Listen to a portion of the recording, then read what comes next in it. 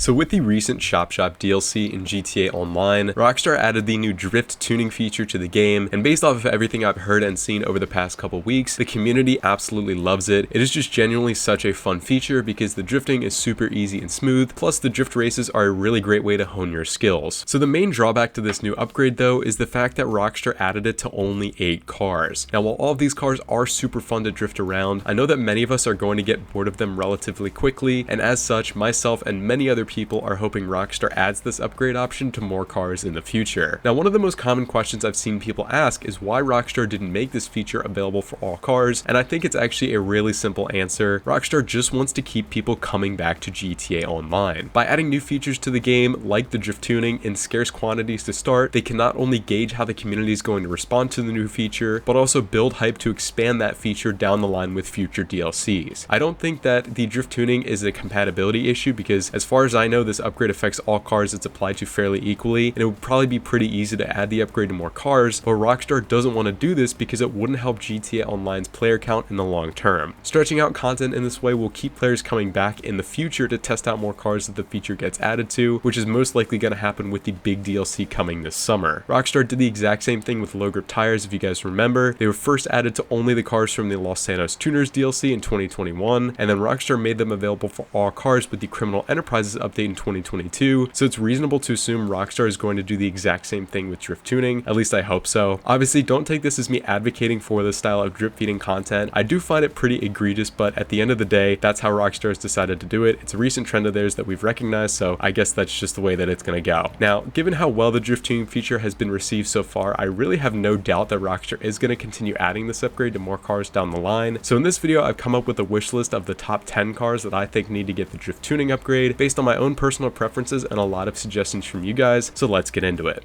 Alrighty boys, so first off we've got the Annis Elegy Retro Custom. This is really a no-brainer. This is one of the most popular JDM cars, or really one of the most popular overall cars in the game, so it would make sense really for Rockstar to add the drift tuning upgrade to this thing. The Elegy Retro already has a ton of, really authentic JDM and also drift inspired customization, so it would really just make sense. In addition, I mean, the car already has the bones to be a great drift car. It's got the right weight distribution. Also, it's one of the better all-wheel drive drift cars in the game, not counting of course the brand new cars with the drift tuning upgrade, with the all-wheel drive mid-drive speed boost, as well as stancing the car and throwing on low grips. It's actually a really solid drift car to begin with, so adding the drift tuning with this thing would just unlock a whole new level of potential. I mean, the Skyline R32 or R33 in real life is a pretty popular drift platform, really iconic car, so it's definitely one of those cars that definitely deserves the drift tuning upgrade for sure.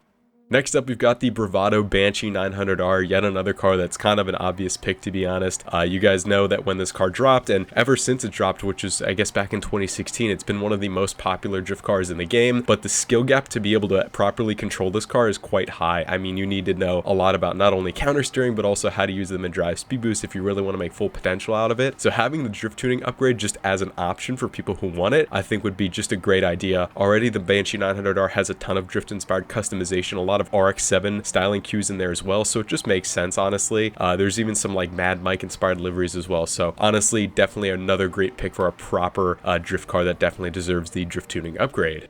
Next up, we've got the Dinka Jester Classic, and honestly, Rockstar did this car extremely dirty. Despite obviously being based off of a really iconic car, the Toyota Supra Mark IV, Rockstar completely botched the Jester Classic, at least in my opinion. That might be a hot take, but some of you might agree with me. This car feels nothing like a Supra. It doesn't have the same level of customization as a lot of other, less iconic JDM cars in this game do, so the customization is pretty disappointing for this car. In addition, it has the really stupid handling flag, so the car just revs all weird. It doesn't handle right. The weight distribution's all off. It feels almost like a front wheel drive car. It feels way too light to be a Supra. It doesn't sound like a Supra. It's got the recycled engine model. It sounds like a 4-cylinder. There's so many things wrong with this car. I could go on all day about it, but I'm gonna say this: the drift tuning upgrade would really redeem this car and actually make it worth buying. Again, I'm pretty harsh on this car just because I really think Rockstar dropped the ball with it, and I think one of the ways to make it worth buying and to make people actually enjoy the car, besides obviously the car's looks, then definitely the drift tuning upgrade is the way to go. Being able to swing this car around like a proper Toyota Supra Mark IV drift car in real life here in GTA would just be so much fun. So yeah, definitely I think out of all the cars on this list, the Jester Classic probably deserves or needs the drift tuning upgrade the most.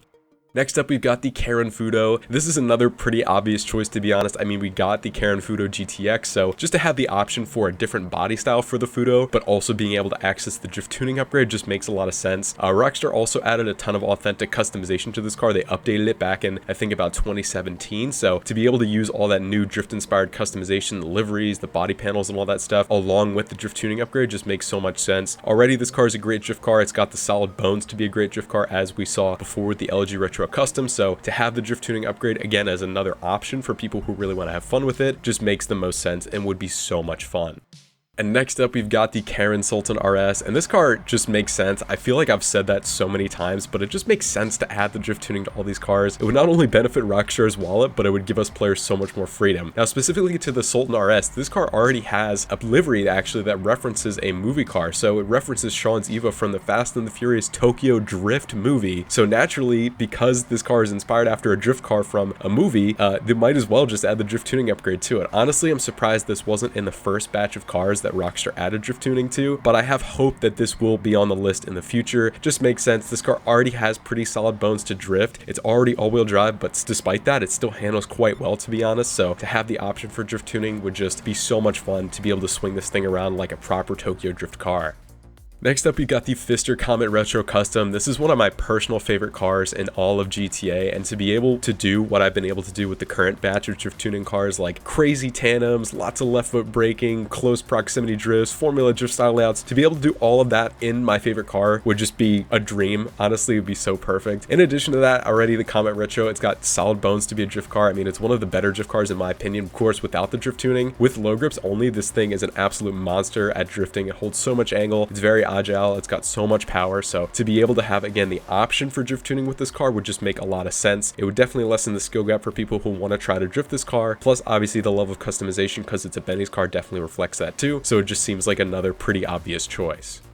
Next up, we've got the Ubermax Sentinel Classic, or the Sentinel Classic Widebody. This is another pretty cool choice in my opinion, definitely something that the community deserves. The existing Sentinel Classic, both variants of it in GTA 5, doesn't drift all that well. This car is very light and it's very twitchy and snappy. It doesn't hold a lot of steering angle. It's kind of quick and it's great. It's agile and it handles good, but it just doesn't drift all that well despite being slammed, or maybe if you throw on low grip tires. The clip is a little bit deceiving that you see in the background because I'm drifting it at the LS Carbonate, but normally this car doesn't slide that well. So to be able to have the drift tuning option for this car would just make so much sense. It would unlock a whole new level of fun with this thing, to be able to hold a lot of angle and to be able to properly link together corners without just, snapping the car all over the place would be awesome. In addition, I mean, the classic wide body especially has a lot of really great customization that you could use to make a really awesome drift build. Obviously, there are a lot of E30 drift cars in real life, so for Rockstar to take inspiration for those cars and to add the drift tuning to this car in GTA 5 makes a lot of sense. And also, it would just be nice to have a really well-rounded car. I mean, the Sentinel Classic, you can use it for rallying, you could use it for like a clean street build or like a stance car, or you could use it for a drift car. It would definitely be another favorite car by the community, I think, if it had the drift tuning upgrade for sure.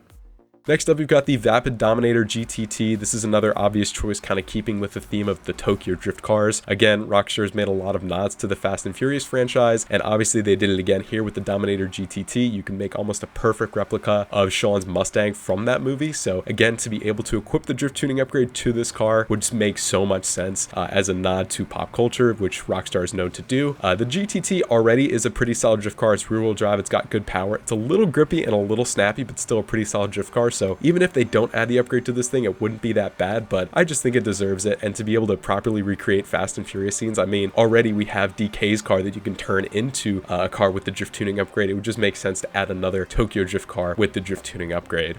Next up, you've got the Vapid Flash GT. This is a pretty obvious one. Mr. Ken Block ripped the Ford Fiesta or his Ford Focus RX a lot. It was a pretty iconic Gymkhana car, and we already have two of his other cars that have been turned into drift cars with the drift tuning upgrade, both the Declasse Drift Tampa and the Declasse Drift Yosemite. So to properly honor Ken and also to honor the Flash GT, I think it would just be a no-brainer to add drift tuning to this car. The Flash GT doesn't drift all that well to begin with. It's got handling flags, and it just generally feels like crap. The customization's great, and it's awesome that it's a really nice tribute to Ken Block's car, and I think to add to that and to honor his legacy even more, being able to add the drift tuning to this car just makes so much sense and would unlock so much fun for this car, not just for a rally car but also for like a fun Gymkhana car. I think the community would love this one.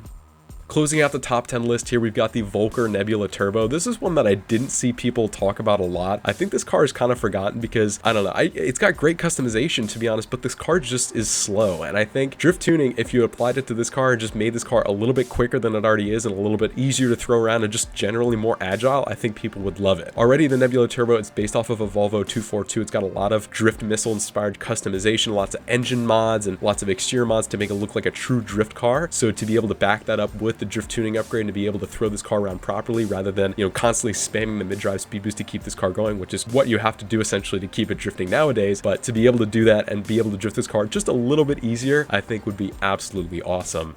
Now to close out this video too, I know we went through the top 10 list, but I have a couple more honorable mentions based off of some other cool recommendations that I've seen while I'm preparing this video. First off is the Karen S95. This is another car that Rockstar actually did add some drift inspired customization to, but overall this car just seems pretty disappointing from a drifting perspective. Sure, it's fast and it handles pretty good, but honestly it just feels like crap from a drifting perspective. Some people really enjoy this car, but I just think it's way too twitchy and snappy. It is fast and it has a lot of power, which is great, but to be able to upgrade this car with the drift tuning upgrade so that way it's a little bit more gripped up, it's easier to hold a lot of angle with, and just generally feels a bit smoother would be awesome, and it would definitely do justice to a lot of the customization it has access to. In addition, the Karen Previon, totally not biased because I own an SC400 in real life, but I know a lot of people do like seeing these cars drift, and to be able to drift the Previon in GTA 5 would also be really nice. Already this car is pretty solid for drifting. It's rear wheel drive. It is a little bit finicky. You do need to practice it quite a bit to be able to properly get this car sideways, but to be able to have drift tuning on that car would just be so much fun. And finally, the Zirconium Stratum. Again, this is a car that I've only seen a few people mention in regard to the drift tuning, but having that on this car would just be so cool. This car is so quirky and fun. I mean, it's an old underrated JDM station wagon, and to be able to have that car accessing a drift tuning upgrade so it can properly slide around and be able to tandem with all the other more iconic drift cars that we have in this game would just be so freaking cool and would definitely do this car justice. It does lack customization, and I feel like to really save this car, and again, to make it worth buying, I think would be really cool if they added it to this car.